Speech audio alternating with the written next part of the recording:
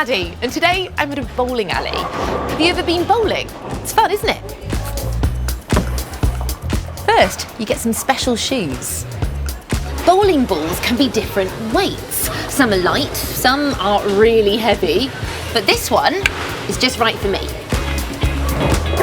The strip that you bowl the ball down is called the lane.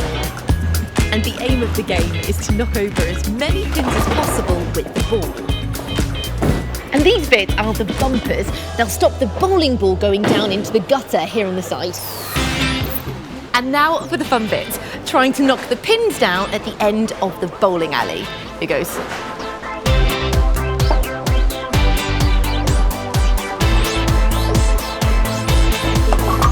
Yes! But how do I get my ball back, and how do the pins get tidied so that I can have another go? Do you know how a bowling alley works? Let's find out. How does it work? Bowling alley! There are 1, 2, 3, 4, 5, 6, 7, 8, 9, 10 pins. Can you see what shape the pins make? It's got 3 sides. That's right, it's a triangle. They're arranged in a triangle shape so that if the ball hits the front pin just right, there's more chance of them hitting one another and them all getting knocked down in one go. And if that happens, we call it a strike, like this. Most bowling alleys have the same parts. This is a ball return. It's where you pick up your ball ready to bowl, and it's where it comes back to after you've had your turn.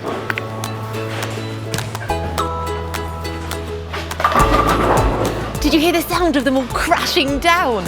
But wait, a machine has picked up some of the pins and swept the others away, and the ball is back where it started. To see how all this happened, I think we need to take a closer look. When we roll the ball, it travels down the alley. Just before the ball hits the pins, it breaks a beam of invisible light. A message goes to a sensor and up to a computer, which controls a long bar called the rake to tell it to come down. At the same time, the pins that are still standing are picked up out of the way by a machine called the top deck. The rake sweeps the ball and the knocked over pins to the back of the pit area. The sensors count how many pins have been knocked down. The sensor sends another message to the computer to tell us the score on the scoreboard. At the back of the pit area, a lift carries the knocked over pins up to the top of the machine. The standing pins are then put back in place, ready for the bowler's next go. Whilst the pins are being reset, the ball rolls down the tunnel underneath the floor of the lane and goes back to the ball return.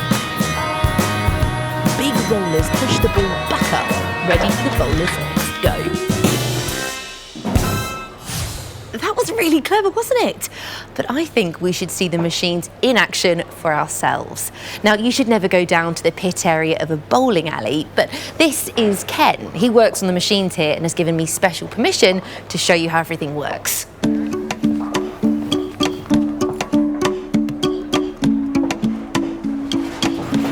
This is exciting, isn't it? This is the back of the lane that we're using, and down there is where the pins are scooped onto the lift.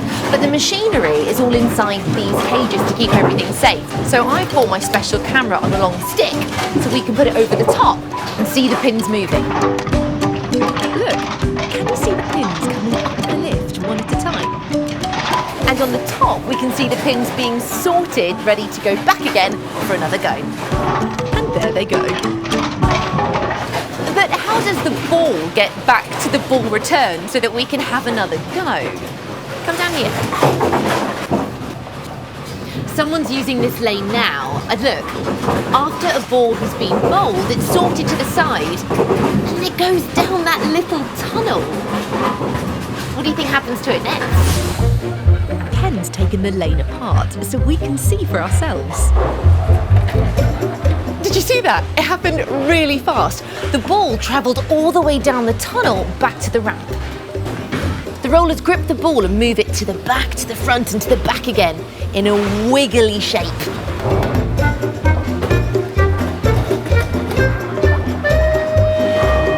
Just like that. And now the ball and the pins are ready for another go.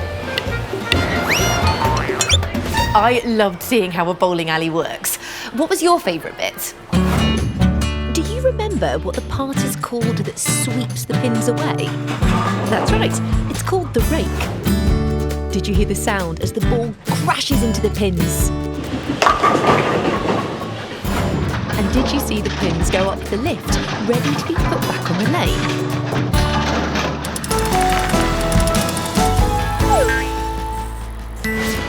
I love bowling. It's a really fun thing to do with family and friends or as a birthday party treat. What else is fun at birthday parties?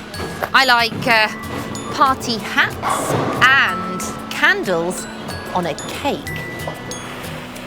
And I really love surprises, like wrapped presents. What's this? It's a ribbon that's been tied into a bow. But do you know how ribbon is made? Let's find out. How is it made? Ribbon. Ribbon is made here in a ribbon factory.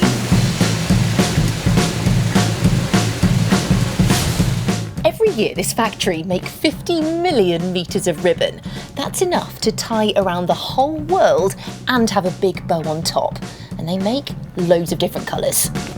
Like green ribbon, stripy ribbon, and even ribbon with stars on it. But today they're making a type of check pattern like this. It's called tartan. Let's see how it's made. To make ribbon, we start with this, a type of yarn called polyester. And this one is made from recycled plastic bottles. This yarn is very thin and it's been wound neatly onto one of these, called a tube. So to make a piece of ribbon as wide as this, lots and lots of threads of yarn have to be woven together. But it's so thin, it's quite tricky to see. I've got my special microscope camera with me and it lets me see really small things much bigger. You ready? Oh, there you go. Just look at that pattern and all of those colours. Can you see the threads of yarn that go from the top to the bottom? Well, they're called the warps of yarn. And then, can you see the threads that go across from side to side, from left to right? Well, those are called the wefts. Those warps and wefts weave together to make the ribbon nice and strong. But how is it made? First, 95 tubes of yarn are put onto this. It's called a warping machine. And the area with all of the tubes of yarn on it is called the creel. Just look at all of those different colours. Steve loads the tubes onto the creel in a special pattern. And that pattern will make the tartan design. When the machine is turned on, the yarn is pulled off the tubes and it's fed through the creel, all the way over here. It travels over a roller and goes through this metal part called the reeds. It stops the yarn getting tangled, a little bit like a hair comb, and then finally it's wound onto the beam. And look, we've got all of the right colours, but it's stripy. That's not a tartan design, is it? The beam has been taken off the warping machine and has now been placed on the weaving machine. It's the weaving machine's job to weave the wefts. Those are the yarns that go across from side to side through the warps, the yarns that go up and down. The warp yarns are reeled off the beam and the weft yarns are pulled off these tubes down here.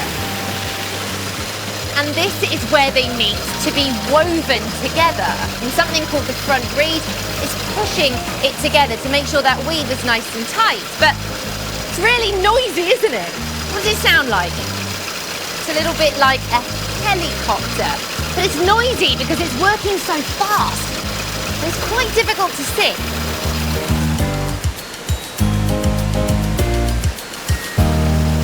I set up my super slow motion camera so that we can see the needle weave the weft over or under the warps.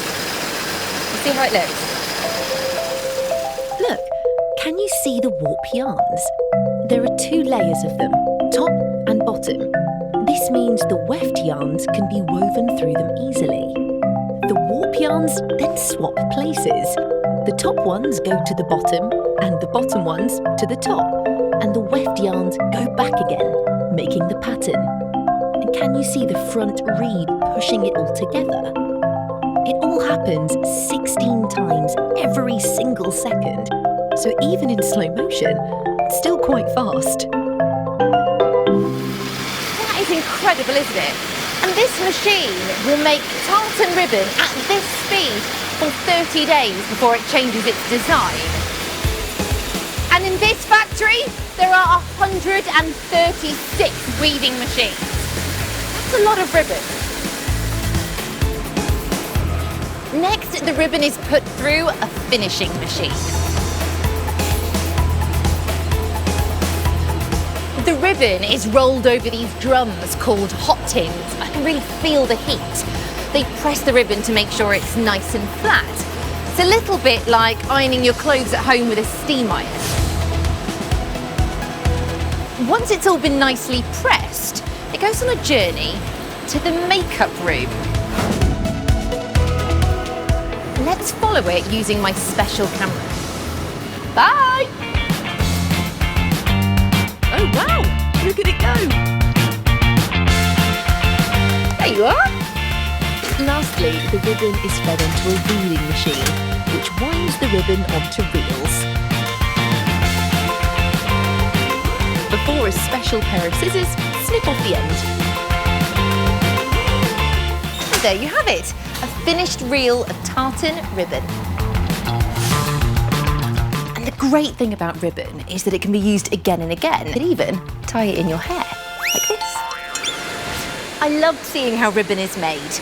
What was your favourite bit? Do you remember the 2 names for the yarn in the ribbon? They go up and down, left and right. That's right, they're called warps and wefts. Did you hear the sound that the weaving machine made? It sounded a bit like a helicopter. And did you see all those different colours of yarn on the creel machine? It was like a rainbow. So the next time you see a present wrapped in ribbon, you'll know how the ribbon was made.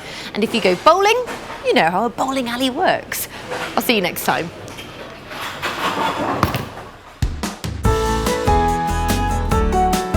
There are lots of things all